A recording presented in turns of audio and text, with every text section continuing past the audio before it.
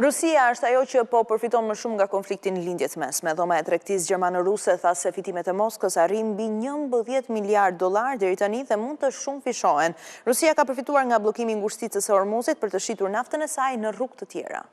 Ajo që po fiton më shumë nga konflikti në lindjen e mesme është Rusia, gjithashtu e përfshirë vetë në një luftë ndaj Ukrainës dhe në nevojë për të financuar makinerinë e saj të armatimeve.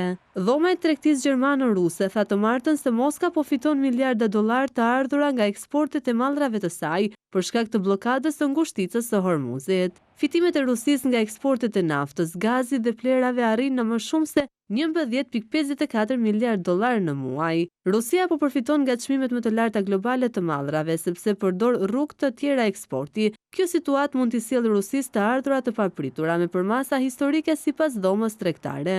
Me çmimet e naftës rreth 100 dollar për fuqi, Rusia mund të presë një rritje vjetore prej 71,8 miliard dollarësh, krahasuar me planin e buxhetit. Buxheti rus varet shumë nga shitjet e naftës dhe të gazit, dhe çmimi aktual i buxhetit është 59 dollar për fuqi. Para luftës në Iran, buxheti rus kishte deficit, sepse çmimet e naftës ishin në nivelin e parashikuar. Sipas dhomës së tregtisë, në nivelet aktuale të çmimeve, Moska mund të fitojë rreth 50 miliard dollar të ardhura, shtesë në vit, vetëm nga nafta dhe gazi. Rusia, e cila gjithashtu shpreson të shohë heqjen e sanksioneve perëndimore, po përdor të ardhurat nga shitjet e mallrave për të financuar luftën e saj në Ukrainë. Disa në mos tashmë shpresojnë për një çmim nafte prej 200 dollarësh për fuqi. Sipas dhomës së tregtisë, kjo do të gjeneronte 247 miliard dollar më shumë se sa ishte planifikuar në buxhet.